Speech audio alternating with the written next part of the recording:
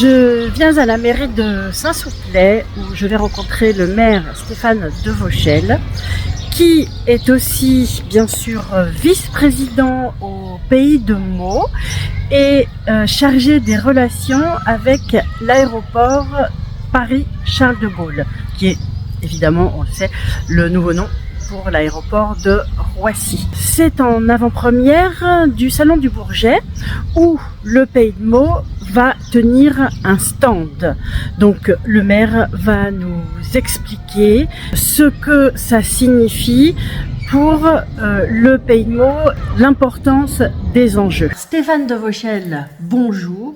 Nous sommes en mairie de Saint-Souplet, mais c'est du Salon du Bourget, là, dont on va parler en tant que vice-président du Pays de Meaux, chargé des relations avec l'aéroport. Bonjour Hélène. Alors effectivement, nous sommes en mairie de Saint-Souplet, mais de par ma délégation au Pays de Meaux, vice-président en charge des relations avec les autorités aéroportuaires, il se profile un événement majeur pour la France, mais aussi pour le territoire, et qui est le Salon du Bourget, qui va se tenir du 19 au 25 juin, et qui était un événement majeur pour l'industrie française, mais aussi pour le territoire.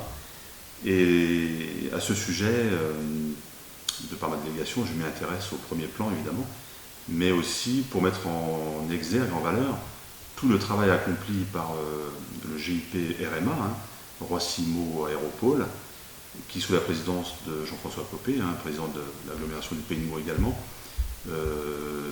met en œuvre des actions afin de promouvoir l'aérien dans notre territoire.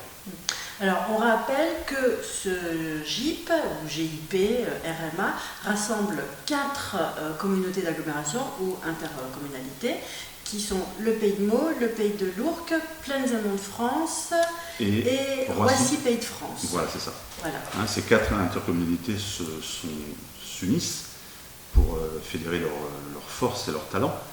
Tout ceci autour d'un GIP, le Roissy-Meaux Aéropole, et avec des plans d'action dans divers domaines, donc l'emploi, les transports, le tourisme, les nouvelles énergies également, mais qui concerne aussi l'habitat, pour loger nos salariés également.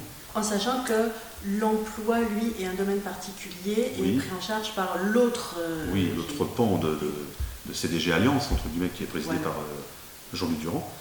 Mais tout ceci, ces énergies qu'on essaie de fédérer, que Jean-François Copé fédère de par son poids aussi politique et son expérience, autour de l'aéroport de Paris-Charles de Gaulle, qui est la locomotive économique du Nord-Seine-et-Marne, mais aussi du territoire. Donc ce GIP, qui fédère ces 4 PCI, rassemble quand même 500 000 personnes, et qui est un interlocuteur de premier ordre pour Aéroport de Paris, parce que pour fédérer les territoires, il faut quand même un interlocuteur ayant le poids politique nécessaire. Et Jean-François Copé est la personne qui assure et qui met en œuvre cette politique, et qui est l'interlocuteur de premier ordre pour le groupe ADP. Qu'est-ce qu'une représentation au Salon du Bourget? C'est voilà, le GIP RMA qui aura un stand, mais pas que. Il y a l'EPT7 aussi, Terre d'Envol, qui est un EPT7, établissement public territorial, autour de Aulnay-sous-Bois par exemple, qui est un EPCI également, et qui sera aussi avec nous. Qu'est-ce que le Salon du Bourget va rapporter au GIP RMA? Il est fondamental d'être présent au Salon du Bourget, puisque le GIP RMA, comme son nom l'indique, Roissy-Meaux Aéropole, est tourné vers l'aérien et l'aéronautique. Or, le Salon du Bourget, c'est quand même un événement majeur mondial, alors, qui plus est pour la France, c'est extrêmement important, donc ça va donner au GIP une visibilité importante pour nos interlocuteurs et nos partenaires, mais, du savoir-faire, des actions qui sont menées par notre président, mais aussi l'Assemblée générale constituante, en termes de tourisme aussi. Nous avons des atouts, notamment avec le musée de la Grande Guerre à faire valoir, le tourisme vert, le Pays de l'Ourcq aussi a beaucoup d'attraits. en termes de transport aussi, de mobilité, d'emploi. C'est la première année qu'il y aura cette représentativité. Hein, au Salon du Bourget. Au Salon du Bourget. On va, nous, avec le président, assurer et les vice-présidents des permanences. Des permanences, d'élus sur le site. Il y a des gens qui pourraient venir au stand, qui vont venir certainement d'ailleurs au stand, se renseigner et dire qu'est-ce que vous êtes, qu'est-ce que c'est que ça. Parce que bon, au premier abord, c'est pas facile à comprendre. Alors on va l'expliquer dans votre journal, bien sûr. Tout à fait, oui, mais effectivement, alors, il y a aussi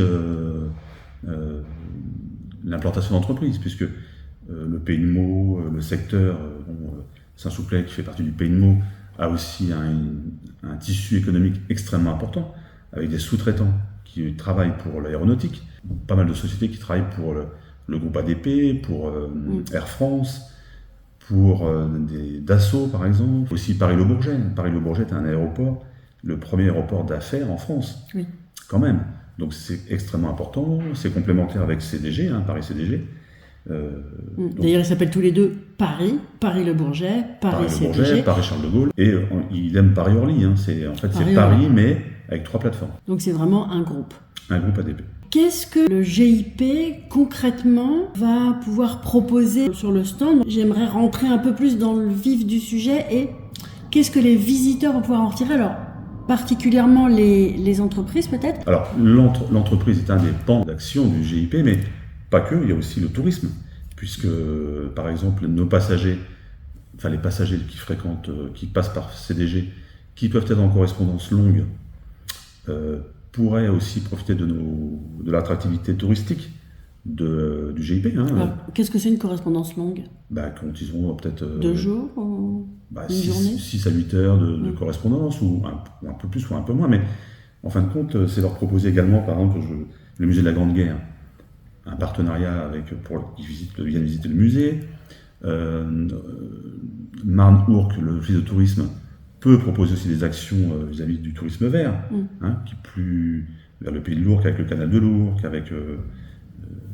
Donc par exemple, est-ce qu'on pourrait imaginer un partenariat avec le groupe ADP pour établir des navettes, des groupes en fonction... C'est envisagé, c'est un plan d'action pour valoriser et apporter aux passagers aussi une offre touristique et culturelle de notre territoire. C'est un des axes de travail. Paris est quand même la région, la première destination mondiale de tourisme, quand même. Ne l'oublions pas, la France. N'oublions pas non plus que cette année, il y a la Coupe du Monde de rugby.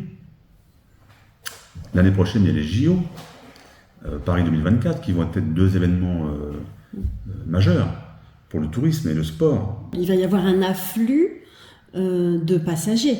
Alors, un afflux de passagers. Et de touristes. Et bien sûr. Alors, les sportifs, bien entendu, les spectateurs, mais pas que. Les touristes qui vont profiter de cet événement aussi pour visiter la France, Paris, tous les sites touristiques en Seine-et-Marne également, Vaux-le-Vicomte, Fontainebleau, Marne-la-Vallée avec Disneyland, le musée de la Grande Guerre. Nous sommes à une demi-heure de CDG. Donc, c'est pas très loin. C'est facilement... organisable. Alors il y a aussi deux partenaires extrêmement importants du GIP, qui sont des adhérents à part entière, c'est les départements. Les conseils départementaux de Seine-et-Marne et du Val-d'Oise très bientôt, qui vont intégrer le département de Seine-et-Marne a déjà adhéré par son président, Jean-François Parigi, mais très bientôt le conseil départemental du Val-d'Oise également devrait adhérer au GIP. C'est pas forcément que à l'intérieur du département. Non. Ça va être quand? Ça va être début juin. C'est maintenant? Oui. Qu'est-ce que ça va faciliter? Les 4 intercos étant déjà sur 2 départements. Oui. Donc la Seine-et-Marne et Val-d'Oise. Pays de France étant dans le Val-d'Oise, principalement, évidemment. Et nos 3 intercos étant dans Seine-et-Marne, il y a une certaine cohérence à ce que les départements soient partie prenante. Parce que déjà, l'aéroport est aussi sur 3 départements. Seine-et-Marne, Val-d'Oise et la Seine-Saint-Denis. Avec Tremblay en France et Tremblay en France. Sur lequel il y a des pistes. Sur lequel il y a des infrastructures. Des infrastructures. Donc, il est logique, à mon sens, très logique que les départements soient partie prenante de ce GIP qui aussi en fait une force de frappe plus importante.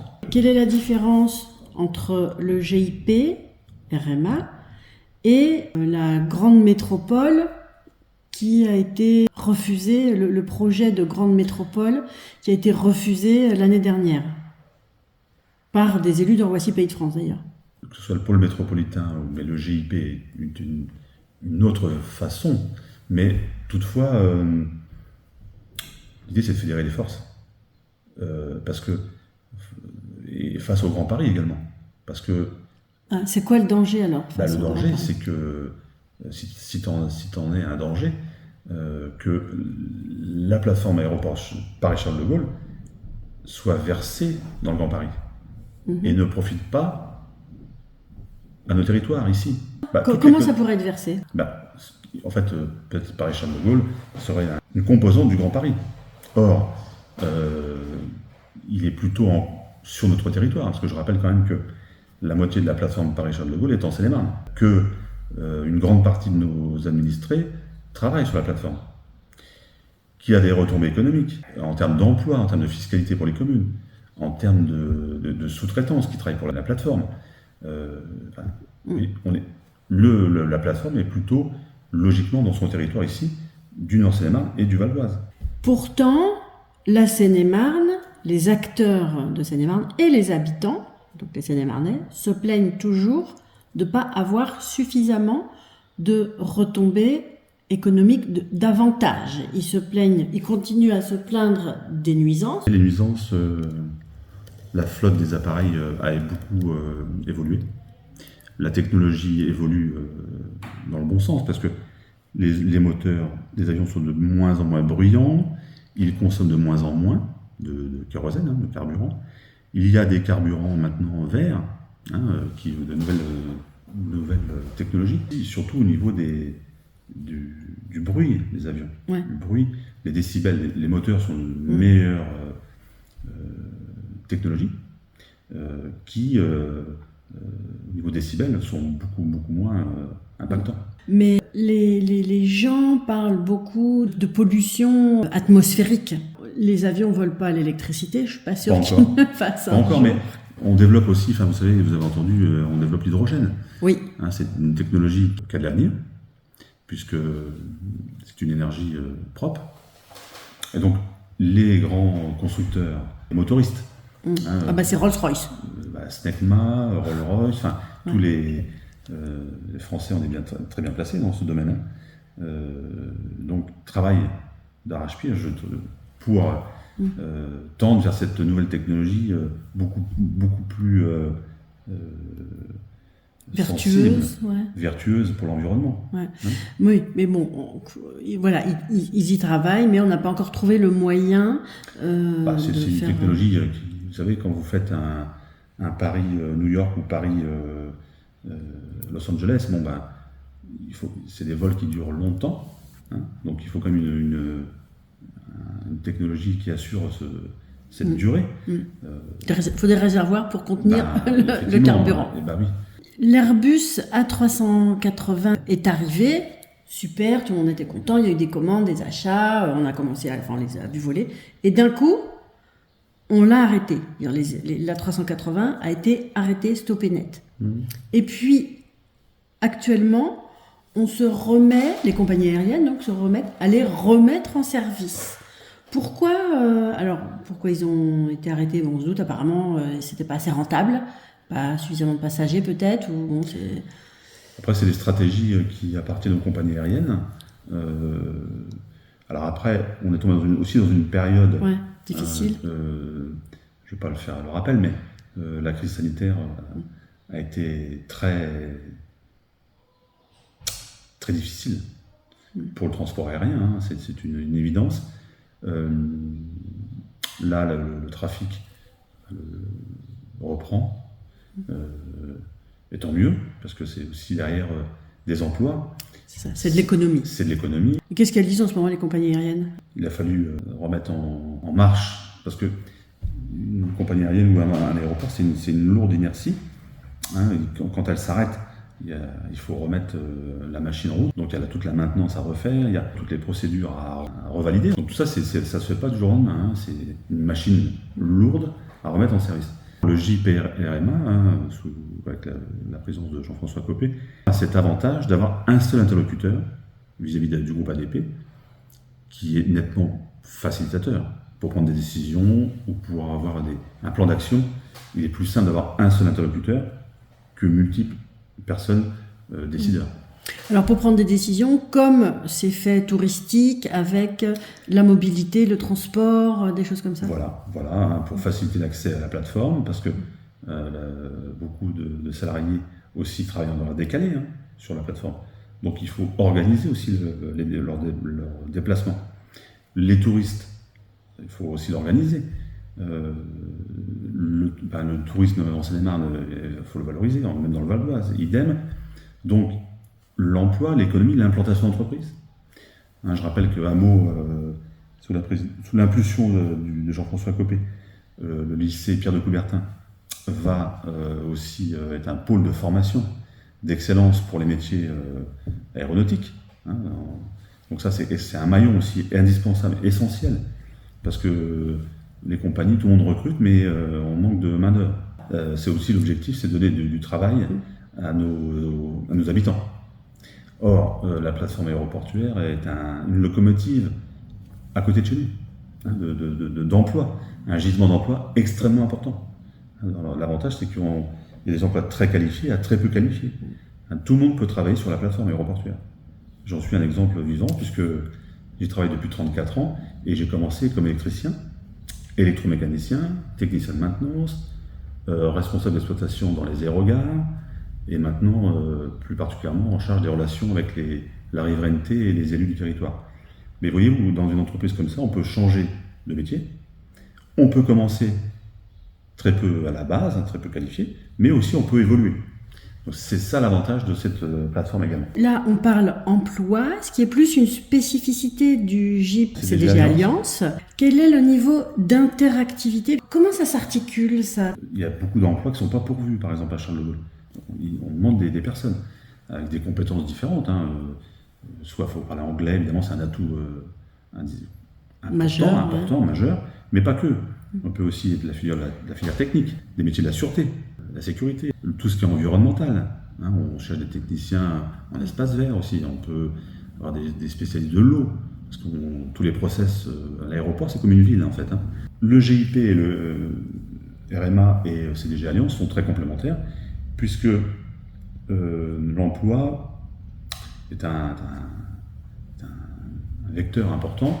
Alors, le pôle Guilmer sera plutôt dédié à la formation des personnes, et le GIP CDG Alliance, ça c'est plutôt des demandeurs d'emploi, des gens déjà dans le circuit professionnel. Et le groupe ADP a mis en place une structure qui s'appelle AeroWork, un mode d'accès à l'emploi extrêmement fluide et simple. Plus simple parce qu'en fin de compte, parfois les procédures sont longues et compliquées. Or là, AeroWork met en place une procédure simplifiée d'accès à l'emploi en fonction des compétences et du profil des personnes.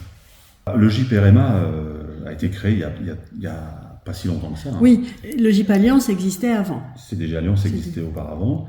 Bon, il a été remodelé. Pourquoi que les 4 intercos ne se sont pas branchés sur le GIP CDG Alliance? Parce que le CDG Alliance est un pan du JPRMA. CDG Alliance traite de l'emploi. Il est plus vieux, mais c'est une partie, parce que le JPRMA a un domaine de compétences plus large, qui va de la mobilité, du transport, du tourisme, de l'environnement, or que CDG Alliance traite uniquement de l'emploi et de la formation. Le JIP RMA traite de l'ensemble des problématiques.